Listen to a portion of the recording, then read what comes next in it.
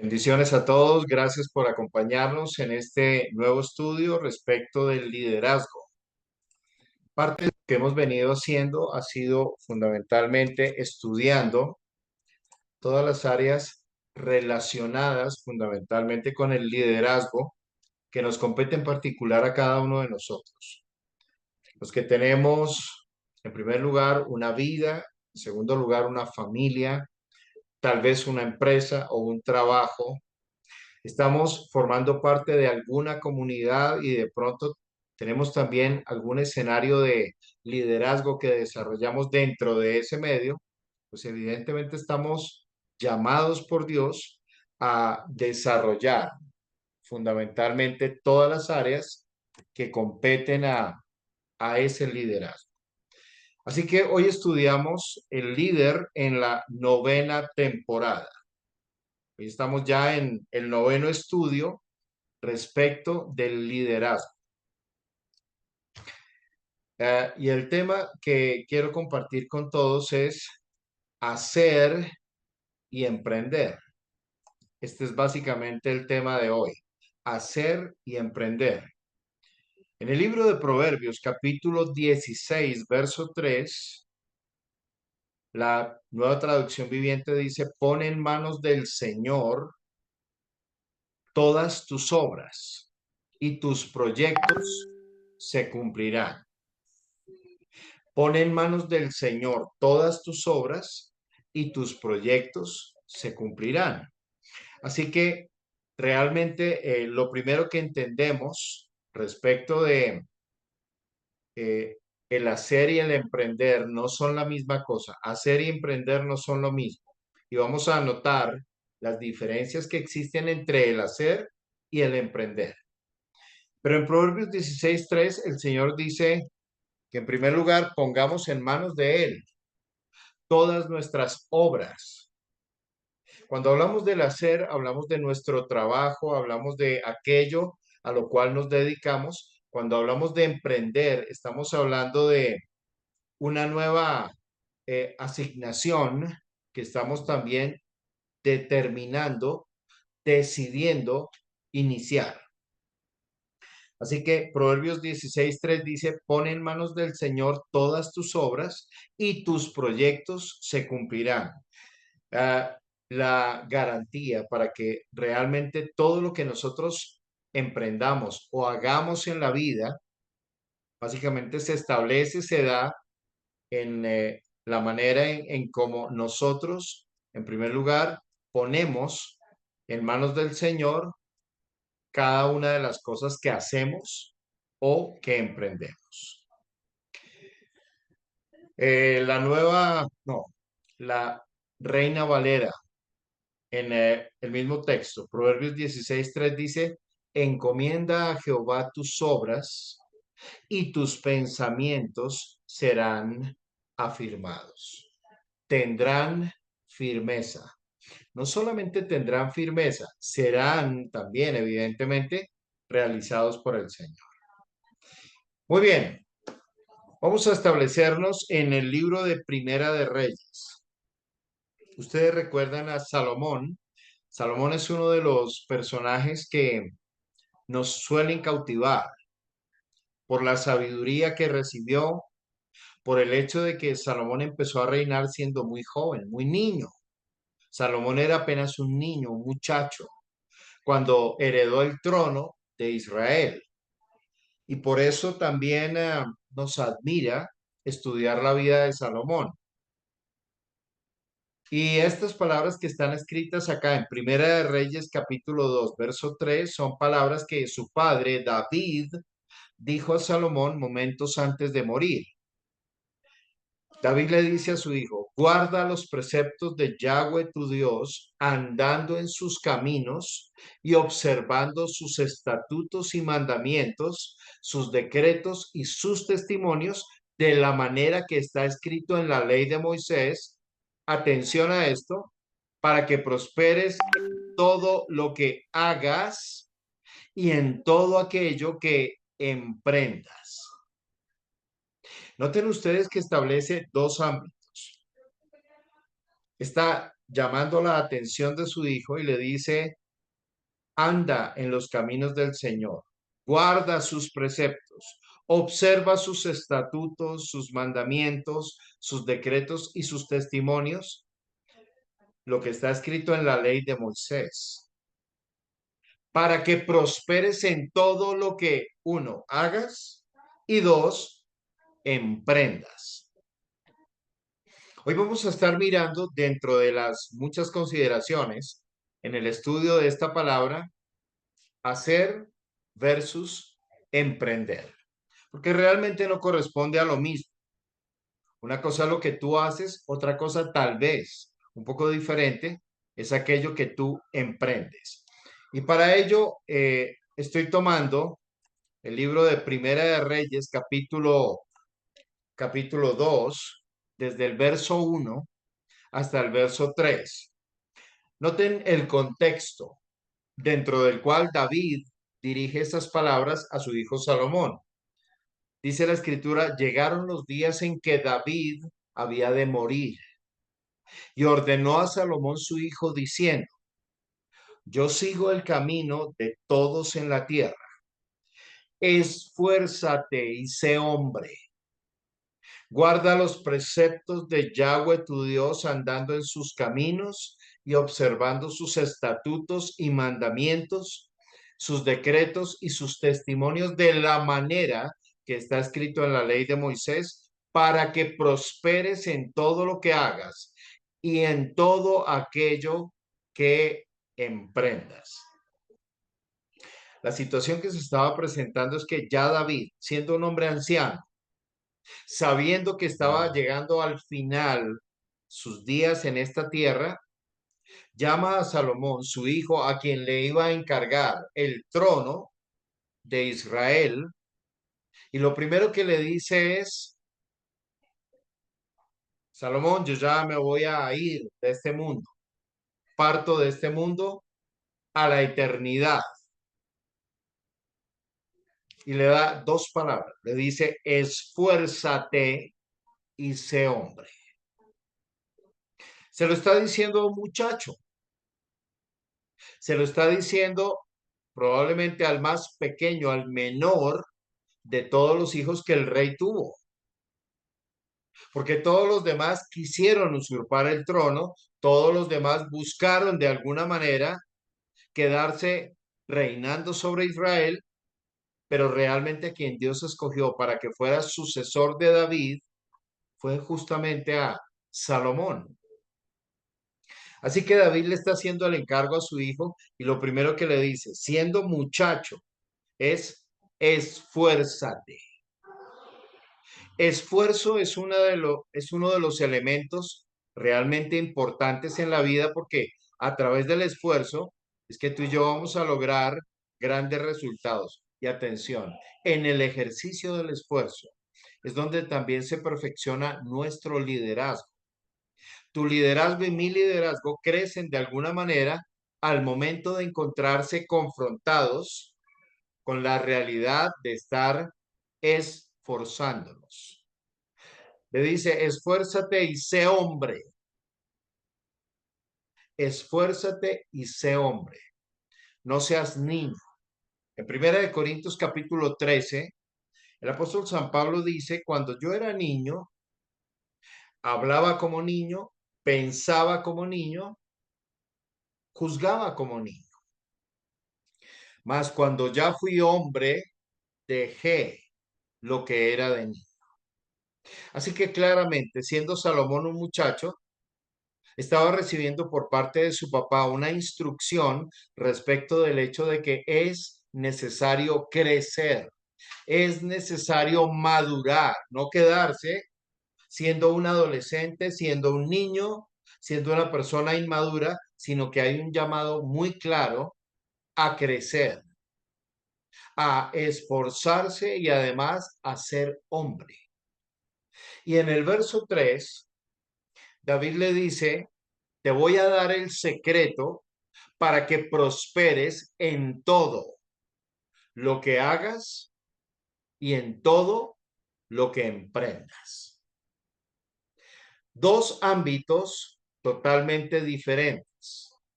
No son la misma cosa. Lo que una persona hace no necesariamente es lo mismo que una persona emprende. Así que muy importante que nosotros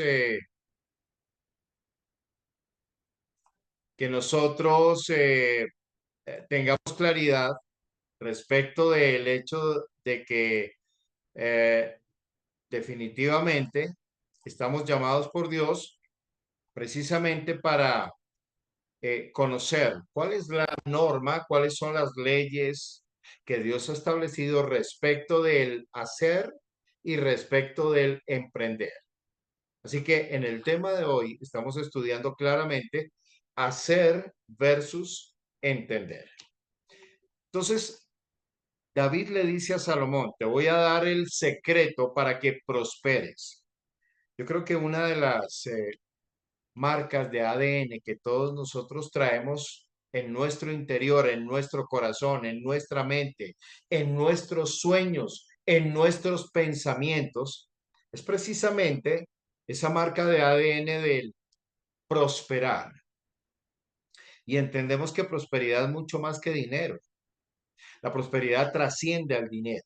La prosperidad no solamente es dinero. El dinero es parte de lo que es la prosperidad, pero realmente por encima del dinero hablamos, por ejemplo, en Tercera de Juan, capítulo 1, verso 2. El apóstol Juan dice, amado, yo deseo que tú seas prosperado en todas las cosas y que tengas salud, así como prospera tu alma. Y lo que está hablando es acerca de que la prosperidad realmente es integral, reúne muchos elementos de la vida cotidiana, reúne nuestro estado físico, nuestro estado de salud, nuestra alma, nuestra área financiera, bueno, lo integra, nuestra área familiar, nuestra área espiritual, realmente ah, lo integra todo, lo integra todo. Así que muy importante que nosotros conozcamos fundamentalmente esto que estamos hablando el día de hoy.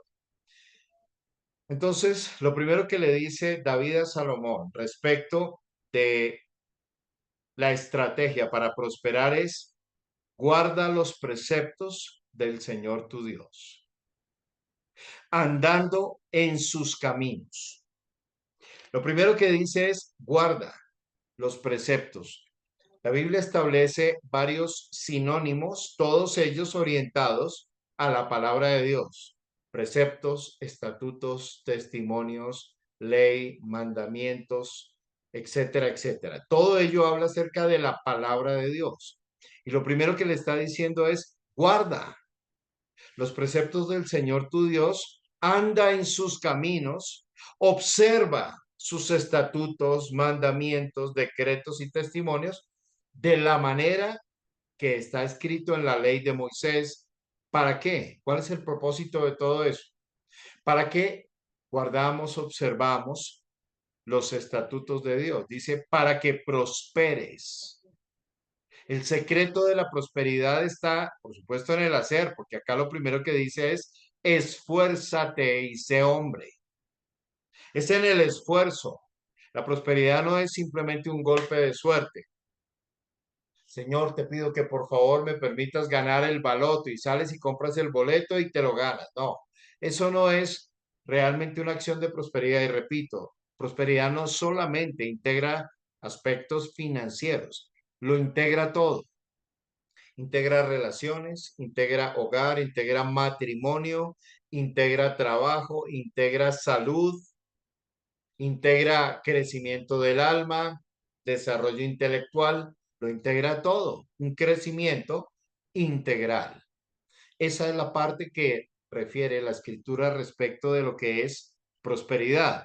Ahora dice, para que prosperes en todo lo que hagas, ese es el primero de los ámbitos, y en todo aquello que emprendas. Así que vamos a hablar respecto del hacer y respecto del emprender. Una persona puede perfectamente tener un tipo de labor, una labor que desarrolla. Por ejemplo, la persona tiene un quehacer, lo cual es su trabajo. Dentro del hacer puede estar el estudio también, está en etapa de formación, en etapa de crecimiento intelectual, se está formando para el hacer, para el trabajo que realmente la persona eligió hacer. Ah, está creciendo en el hogar también, en el ahorro, en la oración, por ejemplo, a nivel espiritual. Todas estas cosas, todas estas áreas, trabajo, estudio, hogar, que es familia, ahorro, oración, todo esto compete al hacer. Básicamente lo que tú haces. ¿Qué es lo que haces? Tú haces cosas que definitivamente te van llevando a que todo lo que haces eh, te dé integralidad, bienestar en todas las cosas. Ojo porque todos llegamos a este mundo facultados de una manera especial. Algunos tienen la capacidad, por ejemplo, de entender las matemáticas de una manera fantástica y ojalá que en su orientación vocacional hayan elegido áreas del desarrollo humano, del desempeño profesional en el cual las matemáticas sean el fundamento, porque son como peces en el agua. Todo lo que son ciencias exactas, son personas que dominan este tipo de cosas. Otras personas son buenas en la parte comunicativa, otros son buenos en la parte de artes, en la parte de manualidades, en la parte del canto, la música, los deportes, en la parte de hacer televisión, en desarmar transistores y volverlos a armar totalmente arreglados. Personas que son buenas para la pintura, personas que son buenas, por ejemplo, para digitar, personas que son buenas para planear, para hacer planes, personas que son buenas para generar nuevas fuentes de ingreso para la familia. Todo esto compete al hacer, trabajo, estudio, familia, ahorro, oración, todo esto compete al hacer. Pero dentro del área del emprender se encuentran otras cosas. Tú puedes, por ejemplo, mientras trabajas, por ejemplo, tengo a Pablito acá en sala. Pablito es un hombre que trabaja, por ejemplo, con accesos inteligentes y con, bueno, con ingeniería en muchísimas cosas. A pesar de que en el hacer de él, ese es su trabajo, él puede estar en este momento emprendiendo un proyecto, está emprendiendo una familia, por ejemplo. Él empezó a trabajar en su temprana juventud. Conoció a la que hoy en día es su esposa, a Pilar, y hubo un momento en el que él continuó trabajando en lo suyo, pero además empezó a emprender. Voy a emprender algo nuevo, una familia, una nueva familia. Todos venimos del contexto en el que inicialmente vivíamos con nuestros padres y dentro de ese contexto algunos ya inclusive trabajábamos, pero seguíamos viviendo por el tipo de cultura y todo lo demás con nuestros padres. Llegó un momento en el cual tomamos una determinación y fue emprender una familia. Encontramos a la persona que considerábamos era la persona correcta. A través del poder del acuerdo, marcamos una fecha, y nos propusimos caminar para construir juntos un proyecto de vida nuevo, una familia. A esto es a lo que la escritura llama también emprender. Tú tienes un trabajo, no importa cuál sea tu trabajo. Jairito tiene un taller de mecánica. Ese es el trabajo de él, pero él emprende con muchas cosas, con su propia familia. Emprende un negocio nuevo. Hay personas que dicen, bueno, no todos los huevitos en la misma canasta. Tengo mi negocio, pero además voy a hacer una pequeña inversión en este otro campo. Todo eso habla de hacer y emprender, que no es lo mismo.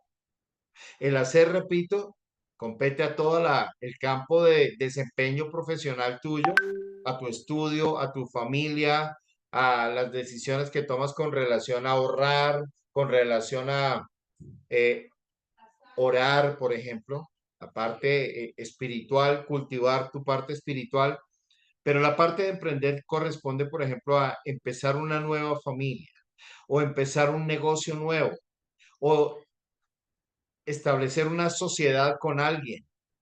Asociémonos, unamos esfuerzos, trabajemos, saquemos adelante esto.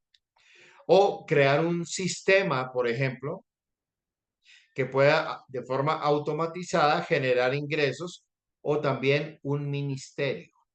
Todo esto está dentro de el rango de emprender. Pues es interesante porque uh, David a Salomón le dice el secreto para la prosperidad. ¿Quieres prosperar? Debes guardar los preceptos del Señor tu Dios, andar en sus caminos, observar, y observar no es una vista, un vistazo rápido, es detenerme y mirar atentamente, es considerar lo que la escritura me habla a mí para que yo pueda poder sacar el máximo provecho de lo que la escritura me habla, me muestra, para que tanto lo que hago como lo que emprendo reciba bendición de parte de Dios. Observo los estatutos, mandamientos, decretos y testimonios de Dios de la manera como está escrito en la ley de Moisés. Dice, para que prosperes. ¿Quién prospera? ¿Dios prospera? Sí, por supuesto, Dios es el que nos prospera en todas las cosas. Nos ha dado el apóstol Pedro, a mí me encanta leer al apóstol Pedro porque el apóstol Pedro es un hombre pragmático. Además, cuando tú lees las epístolas del apóstol Pedro, tú dices, esta no es la pluma de un pescador. Un pescador no escribe así. Un pescador no se expresa tampoco así. Mantengamos silenciados los micrófonos, por favor. Son tan amables. Gracias. Permítanme, yo silencio los micrófonos un momentico, precisamente para evitar interrupciones. Bueno, muy bien, gracias. Cuando leo al apóstol Pedro, el apóstol Pedro dice, por medio de las cuales nos ha dado preciosas y grandísimas promesas, para que por medio de ellas llegaseis a ser participantes de la naturaleza divina. ¿Qué está diciendo?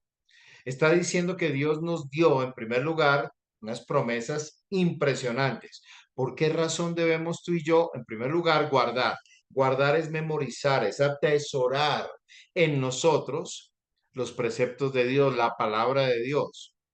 Pero además nos habla de una observancia detallada a esos mandamientos, estatutos, leyes, ordenanzas, decretos, juicios de Dios que están escritos en la ley de Moisés y en toda la palabra de Dios, porque el secreto para la prosperidad integral realmente es ese, es observar de una manera detallada y plena la palabra de Dios. Dice, de esa manera vamos a prosperar en todo lo que hagamos y en aquello, en todo aquello que emprendamos. ¿Cuál es el secreto entonces de que seamos personas prósperas en lo que hagamos y en lo que emprendamos? Una pregunta más cercana de hecho a ti. Eres tú de ese tipo de personas que deseas prosperar en lo que haces y en lo que emprendes? Pues realmente el mandamiento es muy sencillo, es esforzarte y ser hombre y guardar los preceptos de Dios andando en sus caminos. Yo voy a adoptar esos mandamientos como la luz que guía mis pasos, pero además los voy a observar detalladamente, los voy a aprender, los voy a guardar. Guardar es memorizar, es atesorar, los voy a tener como un tesoro muy cerca de mi corazón. Y el resultado va a ser que todo lo que yo haga y todo lo que yo emprenda, en ello voy a prosperar. Muy bien. Ustedes recuerdan a un hombre, Nehemías. Nehemías tenía un oficio. Él era copero del rey. Ya vamos a hablar un poquitico acerca de qué implicaba ser copero del rey. Pero además Nehemías emprendió en su propia vida una misión realmente muy importante. Y la misión fue la de reconstruir los muros de la ciudad de Jerusalén. Si ustedes y yo pudiéramos ir hoy a Jerusalén, los muros que veríamos serían justamente los muros que reedificó eh, Nehemías en su tiempo, que además fueron después derribados y vueltos a reedificar. Recuerden ustedes, Jesucristo dio una palabra. Empezaron los discípulos a decir, maestro, mira qué edificios, maestro, mira qué monumentos, mira qué edificaciones maravillosas. Y Jesús les dice, de cierto os digo, no quedará aquí piedra sobre piedra que no sea derribada. Y hablaba del templo y hablaba de que una parte de los muros iba a ser nuevamente derribada. Pues Nehemías fue un hombre que, como copero del rey, ese era el oficio de Nehemías. Él siendo copero del rey, ese era el hacer de Nehemías, era el oficio, era la labor, era la misión con la cual Nehemías trabajaba. Pero además, Nehemías propuso emprender una misión, una labor titánica de reedificar los muros de la ciudad. Imagínense ustedes que Nehemías no empezó por reedificar la casa de sus padres, ni tampoco el barrio de los vecinos donde todos estaban, no, porque él dijo, ¿de qué serviría que nosotros reedifiquemos o la casa o las casas si no tenemos muros de protección? Lo primero, la prioridad es colocar el muro. Y recuerden ustedes que las ciudades amuralladas de aquel entonces tenían muro y antemuro. Y no era pequeño muro, no era una paredcita que se pudiera tirar suavemente al piso. Eran realmente importantes muros. Así que vamos a mirar el caso de Nehemías. En el capítulo 1 de Nehemías, Nehemías 1:11, dice claramente la escritura, te ruego, oh Yahweh, esté ahora atento tu oído a la oración de tu siervo y a la oración de tus siervos, quienes desean reverenciar tu nombre. Concede ahora buen éxito a tu siervo y dale gracia delante de aquel varón, porque yo servía de copero al rey. En Nehemías 1:11, ustedes y yo encontramos el oficio de Nehemías, el hacer, para que te vaya bien en todo para que prosperes en todo aquello que hagas. El hacer de Nehemías era servir de copero al rey. ¿Quién es un copero? Un copero es una persona que en primer lugar tiene una formación muy rigurosa en cuestión de cultivos de uvas y de los principales frutos de los cuales se obtenga el vino del rey. Además, debe conservar la cava. Él es el administrador de la cava del rey, en donde están depositadas las botellas de vino y todo lo demás que el rey utiliza o los recipientes de vino. En el tiempo de Nehemías, así como en el tiempo de Jesús, lo que se utilizaba era, se tomaba el estómago, por ejemplo, eh, de las cabras o de las ovejas y se llenaba de vino y eso se fermentaba y crecía, ¿no? Y eso tomaba un mosto, una mistura bastante particular, bastante especial, que hacía que el vino tuviera un sabor muy especial. Jesucristo habló y dijo eh, que nadie pone vino nuevo en odres viejos. ¿Por qué? Porque como eso se fermentaba, el vino nuevo haría que el odre se dilate. El odre era el estómago de la oveja o de la cabra. Ya estaba dilatado, imagínense, porque es un odre viejo. Ya había sido usado, ya se había dilatado. Pero si colocan vino nuevo en un odre viejo, dice que el vino nuevo hace que se vuelva a dilatar nuevamente el odre y se rompa y se derrame el contenido de él y se echa a perder tanto lo uno como lo otro. Por eso Jesús decía, el vino nuevo en odres nuevos se ha de echar. Entonces la cava que administraba Nehemías, en este caso, que era el copero del rey Artajerjes II, era básicamente el hacer la labor que él desarrollaba. Pero cuando nosotros miramos, bueno, y importante verificar cuál era la labor de un copero. Un copero era básicamente la persona que administraba la cava del rey, administraba el vino del rey, pero atención, como en aquel entonces los reyes tenían enemigos y muchos de los enemigos decían, para sacar de la ecuación al rey, envenenémoslo. Lo vamos a envenenar, es fácil. Tomamos simplemente un poco de arsénico o un poco de, no sé, bedelio, cualquiera de los elementos que contaminan y que envenenan el cuerpo humano, que lleva como consecuencia la muerte, pues envenenemos la bebida del rey o la comida del rey.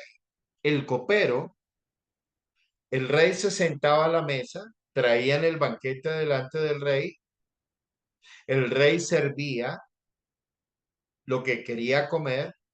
Quiero comer de esto, un poco de ensalada, un poco de proteína, etcétera, etcétera.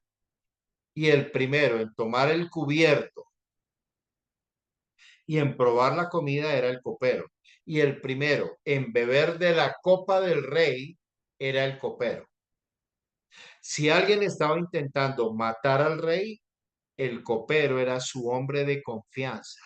Él era el que tenía por oficio, asumía el ser envenenado él tal vez, él daba su vida, él ponía su vida en su trabajo de manera permanente. Es lo mismo que haría hoy en día una persona que es escolta de algún personaje, de algún político, de algún empresario, está poniendo su vida de manera permanente en riesgo. Pues el copero del rey, Nehemías en este caso, era su hombre de confianza. Era el hombre de confianza del rey. Así que imagínense ustedes el tipo de trabajo que tenía Nehemías, un trabajo nada sencillo. ¿Conocía al rey a su hombre de confianza? Claro que sí. De hecho, cuando el copero tomaba el alimento, por ejemplo, había una poteca de papa, una papa machacada, ¿cómo se llama eso? Un puré de papa, un puré de papa. Él tomaba el cubierto, tomaba la porción y comía. De pronto el rey insistía, pruebe también esta otra parte. Él probaba nuevamente la cuestión. Inmediatamente se tomaba el cubierto que había usado el copero y era lavado en presencia del rey, completamente limpiado y todo lo demás. Y le entregaban al rey el cubierto e inmediatamente el rey procedía a comer. La copa, la misma cosa. Limpiaban la copa en presencia del rey, lo hacía el copero. Él era la persona que directamente lo hacía. Y servía el vino, lo colocaba sobre la mesa y el rey bebía de la copa, con la total seguridad de que no iba a ser envenenado. Porque si alguien intentaba envenenarlo, el primero que iba a morir era su copero.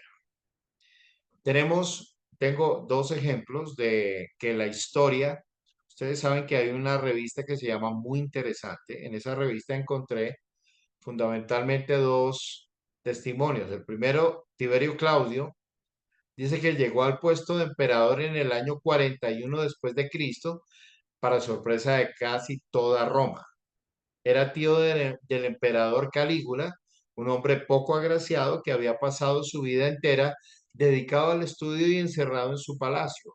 Y su ascenso al poder se debió principalmente al apoyo de la Guardia Pretoriana. Pero por muy improbable que fuese, lo cierto es que Claudio fue un gran emperador que consiguió victorias tanto en el ámbito militar como en el económico y se esforzó por ganarse el favor del pueblo mejorando su nivel de vida. Tiberio Claudio murió envenenado en el año 54 después de Cristo, es decir, 13 años después de estar en el trono como emperador, por orden de Agripina la menor, su segunda esposa, que no dudó en hacer lo que consideraba necesario para asegurar que su hijo Nerón se convirtiera en se convirtiera, Nerón se convertiría en emperador. Tenemos casos de reyes en la historia que fueron envenenados. Uno de ellos, Tiberio Claudio, emperador de Roma. Tenemos a Cleopatra, la última reina del antiguo Egipto. Ella fue faraonisa, la única mujer que fue faraona de Egipto, Cleopatra. Uno de los personajes más populares y fascinantes que nos ha dejado la Edad Antigua. Subió al trono con tan solo 18 años. Imagínense usted el liderazgo impresionante que tenía esta mujer. Comenzó gobernando como esposa de su hermano Ptolomeo XIII, pero este conspiró para hacerse con el poder y Cleopatra recurrió a la fuerza de Roma, que estaba de su lado gracias a que era amante de Julio César. Imagínense casarse con el hermano. Una locura total. Tras la muerte del divino Calvo, se emparejó con el general Marco Antonio y gobernaron juntos por un tiempo hasta que Octavio los derrotó en la batalla de Actium. La leyenda nos dice que, vencida y sola, Cleopatra decidió quitarse la vida dejándose morder por una serpiente aspis. Esta versión tiene una carga dramática notable que podría indicarnos que no es históricamente correcta. Resulta mucho más probable que Cleopatra ingiriera algún líquido que contuviera veneno de aspis o belladona. Pues imagínense ustedes que los gobernantes, principalmente algunos de los gobernantes, eran personas odiadas. Para poderlos sacar del camino, los envenenaban. Por eso en el caso de Nehemías, él tenía trabajo. Y el trabajo de él era exponer su vida. Todas las veces que el rey se sentara a la mesa, el primero que probaba los alimentos era él. Él podía darse el lujo de decir, yo como del mismo plato que come el rey. Yo como la misma comida que come el rey. Bebo de la misma copa del rey, bebo del mismo vino del rey. Pero expongo mi vida siempre en primer lugar porque si alguien intenta envenenar al rey, el primero que caería muerto sería yo. El único en ese caso que caería muerto sería el copero del rey.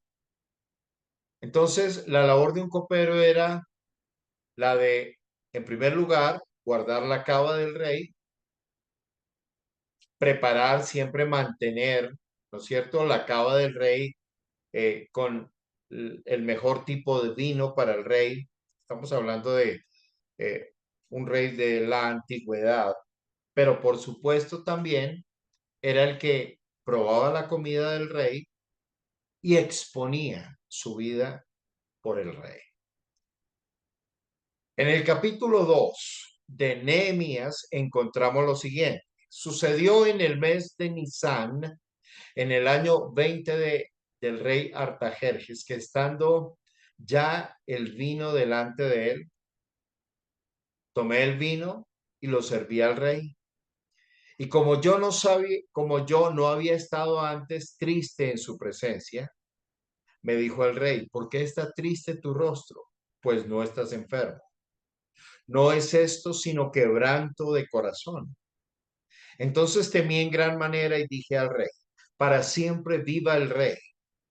¿Cómo no estará triste mi rostro cuando la ciudad, casa de los sepulcros de mis padres, está desierta y sus puertas consumidas por el fuego? Y me dijo el rey, ¿qué cosa pides?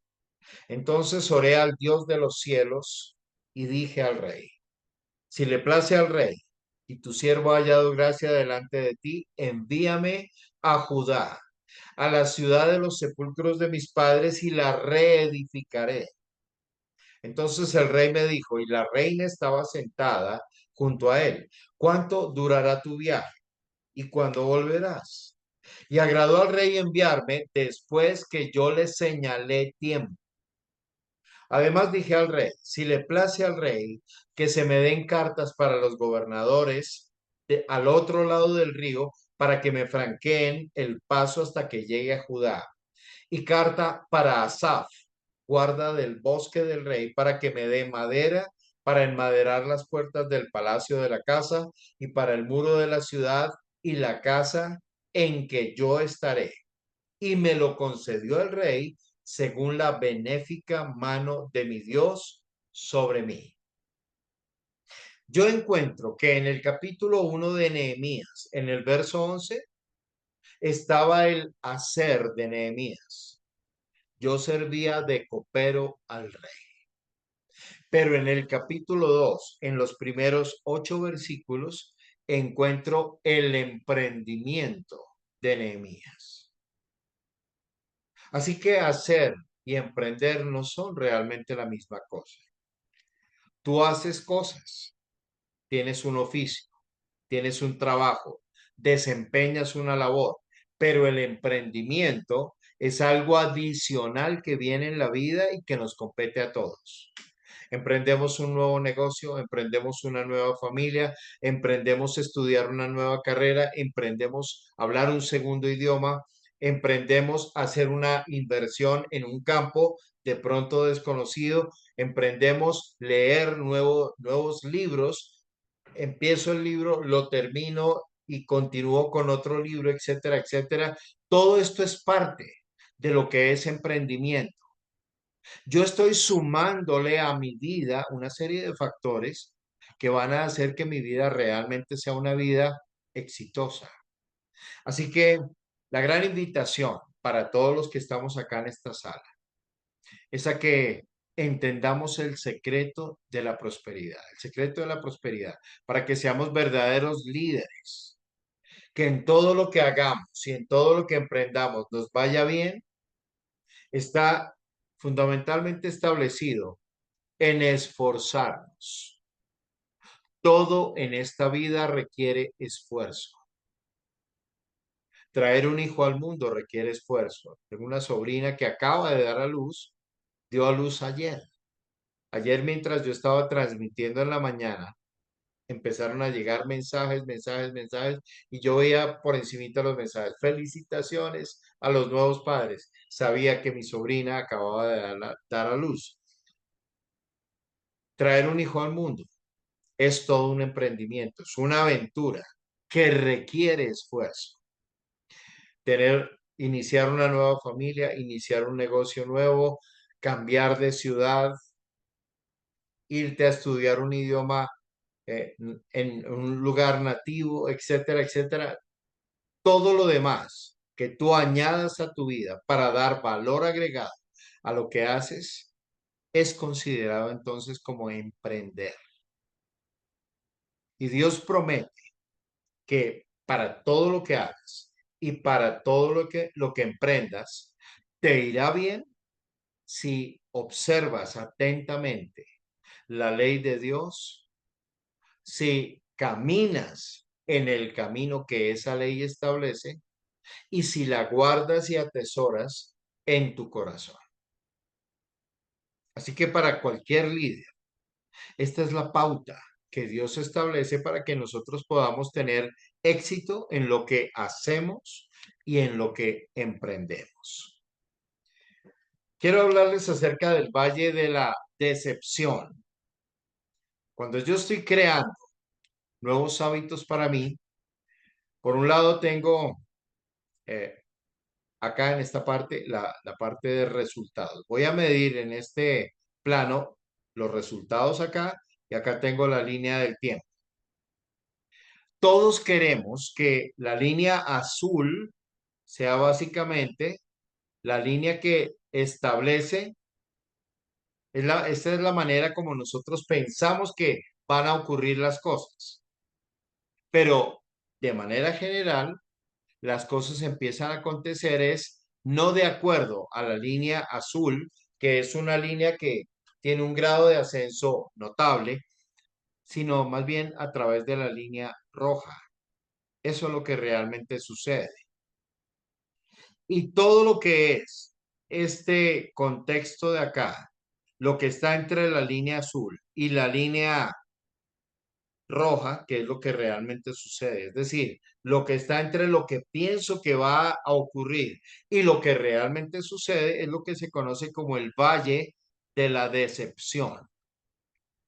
Muchas personas que emprenden algo se ven abocadas precisamente al valle de la decepción, en donde las cosas no necesariamente al principio se ven como ellos las pensaban desde el inicio. Las cosas van a tener un ascenso gradual impresionante, pero realmente nos damos cuenta que para que empiece a haber cambio, hay un lapso de tiempo, hay un proceso necesariamente en tiempo que se surte para cada uno de nosotros. Mi pregunta es, ¿cuál es tu valle de la decepción en este momento? Emprendiste el proyecto de bajar de peso y no lo has conseguido. Emprendiste el proceso de iniciar un nuevo negocio y no lo has logrado. Pero ¿por qué no se me dan las cosas? ¿Pero por qué está tan duro esto? ¿Pero por qué no consigo el recurso para poder financiar esta primera etapa tan importante en el desarrollo de mi proyecto? ¿O estás empezando con tu pareja una nueva vida y necesariamente se surte un proceso de eh, en el que las dos partes tienen que entrar a eh, complementarse la una a la otra? Se empiezan a conocer, se empiezan a decepcionar, él se decepciona de ella se decepciona de él. Ella decía en su pensamiento romántico, yo quería un príncipe azul y me salió pitufo. Pues la verdad de las cosas es que para todos nosotros ese es el conocido como el Valle de la Decepción. ¿Cuál es la razón por la cual la mayoría de empresas fracasa en el primer año? ¿Sabes cuál es? Que la mayoría de esas empresas se encuentran en el transcurso de este tiempo, de este primer o segundo o tercer año, en el cual todo emprendedor se encuentra en el valle de la decepción. Como ahora tú y yo tenemos un claro conocimiento respecto de que hay un proceso, de que nosotros pensamos que el crecimiento que vamos a tener es según la línea azul. Esto es lo que pienso que va a ocurrir, pero lo que realmente sucede es algo diferente. Y lo que está entre lo que pensé inicialmente y lo que es mi realidad es lo que realmente encierra todo el espectro del valle de la decepción. Si soy una persona que me preparo como líder, que estoy fortaleciendo mi carácter, que fortalezco mi visión, que sigo perseverando, que voy haciendo pequeños cambios, pequeñas modificaciones, adoptando pequeños hábitos también en mi propia vida, va a llegar el momento en el cual definitivamente voy a obtener los resultados que tanto anhelo alcanzar.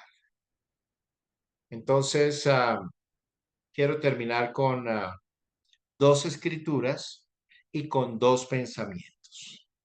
En Apocalipsis 21:7, la escritura dice, el que venciere heredará todas las cosas. Yo seré su Dios, él será mi hijo. Para vencer necesitamos integrar lo que hacemos y lo que emprendemos. Vencer en esos dos ámbitos se constituye en algo fundamental para que se cumpla esta promesa maravillosa de la Escritura. Heredar todas las cosas. Imagínense, qué tremenda promesa. Pero ¿a quién le es dado eso? Al que venciere. No al que se rindiere, no al que se desmayare, no solamente al que lo intentare, al que venciere. Hay una segunda escritura en segunda de Timoteo 1:7. El Señor dice, porque, bueno, dice el apóstol Pablo a Timoteo, porque no nos ha dado Dios espíritu de cobardía, sino de poder, de amor y de dominio propio. Fuimos facultados por Él. Hemos recibido un espíritu superior para que por medio de ese espíritu todo lo que hagamos y todo lo que emprendamos genere en cada uno de nosotros la resiliencia necesaria para poder soportar los embates de precisamente ese valle de la decepción y podamos salir avantes al otro lado y ya poder estar en la curva de crecimiento exponencial, que es el lugar donde realmente todos nosotros deseamos llegar. Dos pensamientos célebres para finalizar este espacio. Bueno, antes de eso, Santiago capítulo 1, perdón, Santiago capítulo 3, verso primero dice, hermanos míos, no pretendan muchos de ustedes ser maestros, pues como saben, seremos juzgados con más severidad. Todos fallamos mucho. Si alguno nunca falla en lo que dice, es una persona perfecta, capaz también de controlar todo su cuerpo. Cuando ponemos freno en la boca de los caballos para que nos obedezcan, podemos controlar todo el animal. Por supuesto, el tema de este capítulo 3 es cómo controlar la lengua, cómo dominar la lengua. Pero para resaltar, en el verso 2 dice que si alguien nunca falla en lo que dice, es una persona perfecta, capaz también de controlar todo su cuerpo. El dominar la lengua es una señal de conquista, de verdadera conquista. ¿Dónde está tu más grande conquista? En conquistar a la mujer de tus sueños, en conquistar el trabajo de tus sueños, en conquistar los ingresos de tus sueños, en conquistar la casa de tus sueños, en conquistar la educación de tus hijos, de tus sueños, en ese tipo de conquistas exteriores. No, realmente la más grande conquista que tú y yo alcanzamos, siempre la vamos a alcanzar conquistando nuestro interior, conquistándonos a nosotros mismos. Y es respecto de eso, respecto de lo cual quiero traer dos frases célebres. El que domina a otros es fuerte. El que se domina a sí mismo es poderoso. Esto lo dijo Lao Tse, filósofo chino. Y la última de las frases la dijo Aristóteles, filósofo griego. Considero más valiente al que conquista sus deseos que al que conquista a sus enemigos, ya que la victoria más dura es la victoria sobre uno mismo. Así que Dios nos ayude a todos a que realmente podamos conquistarnos a nosotros mismos y hacerlo, por supuesto, según el poder que está en nosotros y según los propósitos que Dios determinó para nosotros. Padre, gracias por este espacio de tiempo que nos has concedido. Yo te ruego que cada uno de nosotros realmente pueda tomar y aprender estos principios los interioricemos y podamos ser personas que en el hacer y en el emprender, en todo lo que hagamos, seamos personas prosperadas y bendecidas por ti. Te lo rogamos, Señor, en el poderoso nombre de Cristo Jesús. Amén y amén.